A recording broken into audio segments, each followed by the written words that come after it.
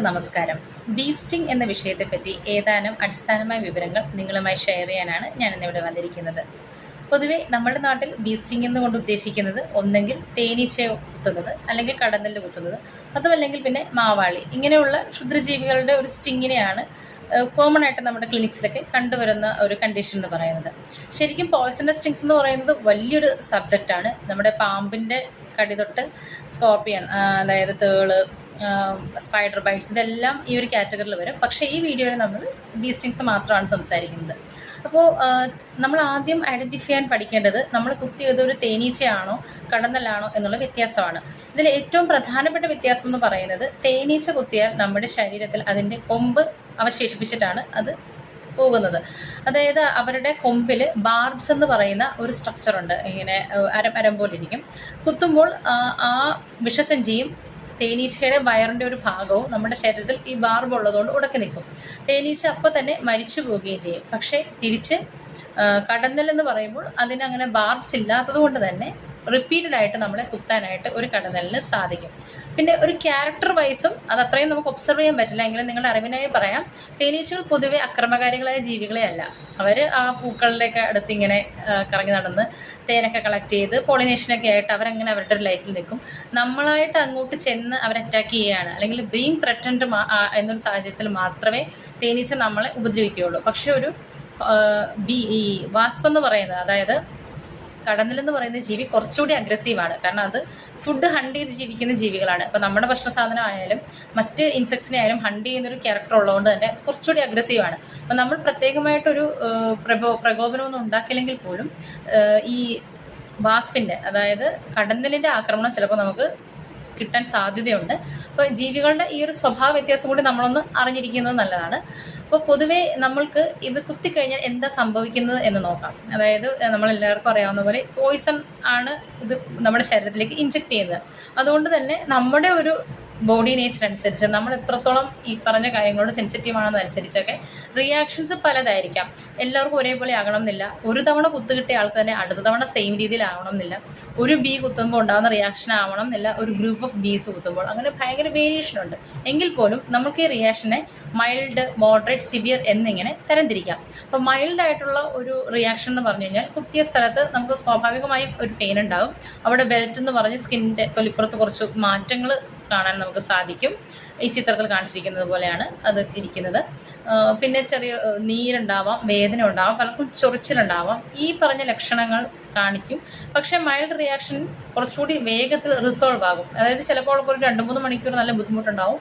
മെല്ലെ മെല്ലെ അത് കുറഞ്ഞു വരും.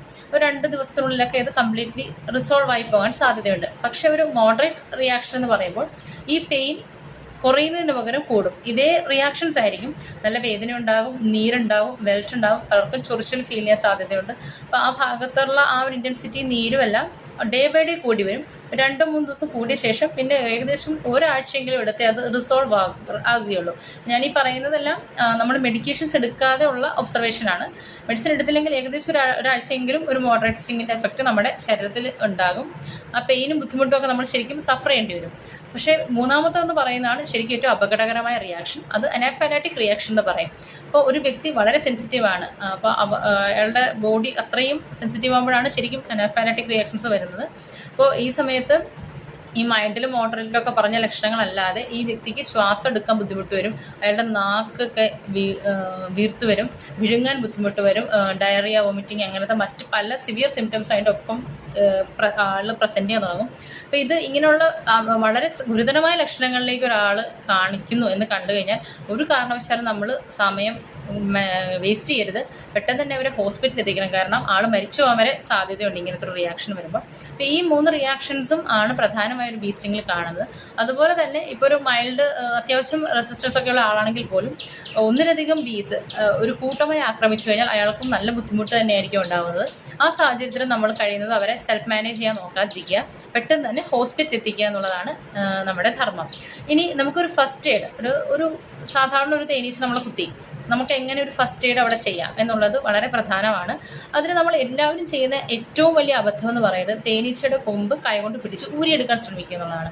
ഒരിക്കലും അത് ചെയ്യരുത്. കാരണം എന്താണെന്ന് വെച്ചാൽ ഈ കൊമ്പിൻ്റെ എഡ്ജിലായിട്ട് ഇതിൻ്റെ പോയിസൺ സാക്ക് ഉണ്ട്. നമ്മൾ അത് പിടിച്ചായിരിക്കും മിക്കവരും വലിച്ചു വരുന്നത്. ആ സമയത്ത് ഈ പോയിസൺ കൂടുതൽ, അതിനകത്ത് ബാക്കിയുള്ള പോയിസൺ കൂടി ബോഡിയിൽ കയറാൻ സാധ്യതയുണ്ട്. ഒരു കാരണവശാലും വലിച്ചു വരരുത്. പകരം നമുക്ക് ക്രെഡിറ്റ് കാർഡോ അതുപോലെ സിമിലർ ആയിട്ടുള്ള ഏതെങ്കിലും ഒരു കാർഡ് വെച്ചിട്ട് ആ സ്കിന്നിൻ്റെ ഏരിയ സ്ക്രാപ്പ് ചെയ്ത് കളയുന്നതാണ് നല്ലത്. അതായത് നമ്മൾ മുകളിൽ ടച്ച് ചെയ്യുന്നില്ല, മുള്ളു പോവുകയും ചെയ്യും. ഇങ്ങനെ ചെയ്യുന്നതാണ് എപ്പോഴും ഏറ്റവും കറക്റ്റായിട്ടുള്ള രീതി എന്ന് പറയുന്നത്. അപ്പോൾ കടന്നലാണെങ്കിൽ പിന്നെ മുള്ളുണ്ടാവില്ല. അപ്പോൾ കടന്നലായാലും തേനീച്ചയായാലും പിന്നെ നമുക്ക് ചെയ്യാവുന്നത് ആ ഭാഗം നല്ല വൃത്തിയായിട്ട് തണുത്ത വെള്ളം ഉപയോഗിച്ച് കഴുകുക, സോപ്പിട്ട് നല്ല വൃത്തിയാക്കിയ ശേഷം അവിടുത്തെ സ്വെല്ലിങ് അല്ലെങ്കിൽ ആ പെയിനൊക്കെ ഒന്ന് കുറയ്ക്കാൻ വേണ്ടി കുറച്ച് ഐസ് ക്യൂബ്സ് വെക്കുക എന്നുള്ളത് മാത്രം നമ്മൾ ചെയ്താൽ മതി. ഓക്കെ. മറ്റൊരു വലിയൊരു അബദ്ധം ആളുകൾ ചെയ്യുന്നതാണ് ഈ ഭാഗം തിരുമ്മി കൊടുക്കുക എന്നുള്ളത്. ഒരു കാരണവശാലും ആ സ്ഥലത്ത് അങ്ങനെ ചെയ്യരുത്. നമ്മൾ അവിടെ ഉള്ള ലോക്കലൈസ്ഡ് ആയിട്ടുള്ള പോയിസൺ നമ്മൾ വളരെ എളുപ്പം എല്ലായിടത്തേക്കും സ്പ്രെഡ് ചെയ്യാനായിട്ട് ഹെൽപ്പ് ചെയ്യുകയാണ്. അവർക്കത് വളരെ ഡിസ്കംഫർട്ടും ആയിരിക്കും. നമ്മളത് ചെയ്യാതിരിക്കുക. ഐസ് ക്യൂബ്സ് വെച്ച് ഒന്ന് തണുപ്പിച്ച് കൊടുക്കുക എന്നുള്ളതാണ് ഇതിനകത്ത് ഏറ്റവും നല്ല മാനേജ്മെൻറ്റ് എന്ന് പറയുന്നത്. അപ്പോൾ നിങ്ങളെല്ലാവരും മനസ്സിലാക്കേണ്ട പ്രധാനപ്പെട്ട കാര്യം എന്ന് പറഞ്ഞാൽ മൈൽഡ് അല്ലെങ്കിൽ മോഡറേറ്റ് റിയാക്ഷൻസിൽ നമ്മൾ മെഡിസിൻ എടുത്തു കഴിഞ്ഞാൽ നമ്മുടെ സഫറിങ് ഒന്ന് കുറയുകയും അത് റിസോൾവ് ആവുന്നതിനുള്ള സ്പീഡ് കുറച്ചുകൂടി നമുക്ക് കൂട്ടുകയും ചെയ്യാൻ പറ്റും. അപ്പോൾ ഇപ്പോൾ നമ്മൾ ഈ പിക്ചറിൽ കാണിച്ചിരിക്കുന്ന 2 കേസും കടന്നൽ കുത്തിയ കേസുകളാണ്. അത് ആദ്യത്തേത് ഒരു മൈൽഡ് റിയാക്ഷൻ ഉണ്ടായ പേഷ്യൻ്റാണ്. ഏകദേശം മണിക്കൂറുകൾക്കുള്ളിൽ തന്നെ അവർക്ക് പക്ഷേ അതിൻ്റെ പെയിനും ഇൻറ്റൻസിറ്റിയും ബുദ്ധിമുട്ടും നീരും എല്ലാം പെട്ടെന്ന് തന്നെ നമുക്ക് മെഡിസിൻസിൽ കൺട്രോൾ ചെയ്യാൻ പറ്റി. രണ്ടാമത്തെ കേസ് എന്ന് പറയുന്നത് അതും വാസ്പാണ്, മോഡറേറ്റ് റിയാക്ഷനാണ്. അവർക്കൊരു 2-3 ഡേയ്സ് കൊണ്ടാണ് അത് ക്ലിയർ ആയത്. സ്റ്റിൽ അവരുടെ നമ്മുടെ പ്രധാന ഉദ്ദേശം മെഡിക്കേഷൻ കൊണ്ട് എന്ന് പറയുന്നത് അതുകൊണ്ടുണ്ടാകുന്ന ആ പോയിസൺ എഫക്റ്റ് കൊണ്ടുണ്ടാകുന്ന സൈഡ് എഫക്ട്സും പെയിനും ബുദ്ധിമുട്ടുകളൊക്കെ ഒന്ന് കൺട്രോൾ ചെയ്ത് പേഷ്യൻറ്റിനെ പെട്ടെന്നൊരു റിക്കവറിലേക്ക് എത്തിക്കുക എന്നുള്ളതാണ്. അപ്പോൾ നിങ്ങൾ ആരെങ്കിലും ഇങ്ങനത്തെ ഒരു സിറ്റുവേഷൻ ഫേസ് ചെയ്യുകയാണെങ്കിൽ ഞാൻ ഈ പറഞ്ഞ കാര്യങ്ങളും ഇൻസ്ട്രക്ഷൻസൊക്കെ നന്നായി ഓർക്കുക. നല്ല രീതിയിലൊരു ഫസ്റ്റ് എയ്ഡ് നൽകുക. എത്രയും പെട്ടെന്ന് മെഡിക്കേഷൻസിലേക്ക് പോകുക. അനാഫൈലാക്റ്റിക് റിയാക്ഷൻസ് കണ്ടാൽ ഒരു കാരണവശാലും നമ്മൾ സ്വയം പരീക്ഷിക്കാൻ നിൽക്കരുത് എന്നുള്ളത് മാത്രം ഇവിടെ കൃത്യമായി ഓർമ്മിപ്പിക്കുന്നു. നിങ്ങൾക്ക് ഈ വിഷയത്തെപ്പറ്റി എന്തെങ്കിലും സംശയമുണ്ടെങ്കിൽ താഴെ കമൻസിൽ ചോദിക്കുക. Thank you.